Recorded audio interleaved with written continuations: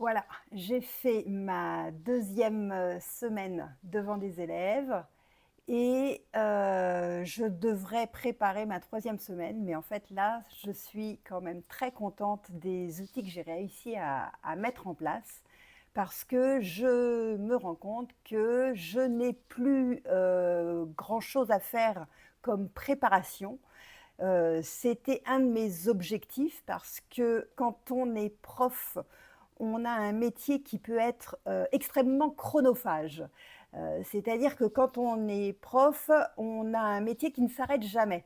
On travaille, bon alors évidemment on a les heures de présence devant les élèves, ok, ça c'est bon, on peut les compter, mais après on a le travail à la maison. C'est un métier où la différence entre vie perso et boulot n'est pas nette du tout, et il peut même y avoir une grosse confusion parce qu'il y a une grande partie du travail qu'on fait qui est un travail qu'on fait à la maison. On le fait au milieu de sa famille, au milieu des activités du quotidien.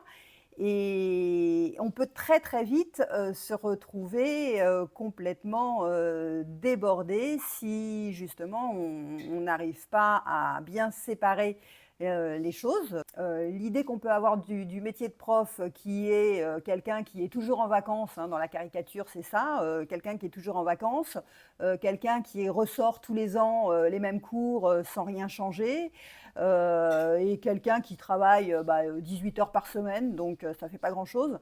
Quand on vit les choses du côté prof et qu'on essaye de faire son métier à peu près correctement et qu'on aime ce qu'on fait, la réalité du temps de travail, elle est quand même très très différente.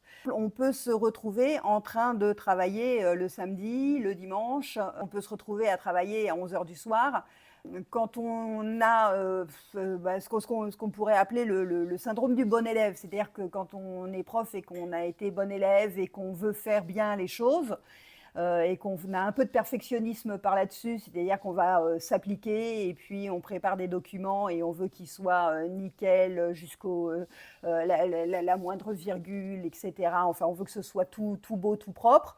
Là, le temps de travail peut devenir vraiment quelque chose d'absolument gigantesque. C'est un boulot en fait où on n'a jamais terminé de faire son travail. On peut toujours rajouter quelque chose, on peut toujours améliorer les choses, on peut toujours en faire un petit peu plus. Et si on n'arrive pas à se mettre tout seul une limite en disant bon, ça y est, ça c'est prêt, je m'arrête de travailler pour passer à autre chose, eh bien, on peut se faire complètement envahir par le boulot.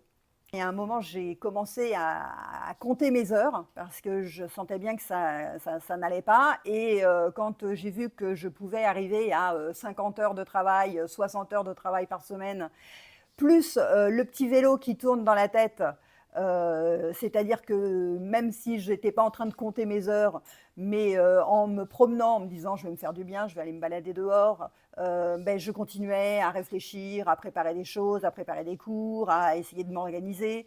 La nuit, finalement, on se réveille et puis on a encore ce petit vélo qui tourne et on a des idées qui viennent, des choses à préparer. Enfin, on peut très très vite se retrouver complètement débordé. Donc moi, un de mes objectifs quand je suis passée en classe adaptative, c'était de récupérer du temps, de gagner du temps et d'apprendre à gérer mon temps.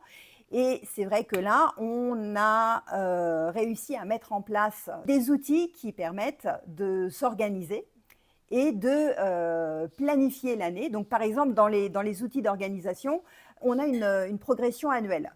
Alors, cette progression annuelle, c'est quelque chose qui prend une heure ou deux à faire au mois de juillet. Mais une fois qu'elle est faite, là, je sais exactement ce que je vais faire jusqu'à la fin de l'année avec mes élèves. Donc, je n'ai plus du tout besoin de réfléchir à ce que je vais faire la semaine prochaine.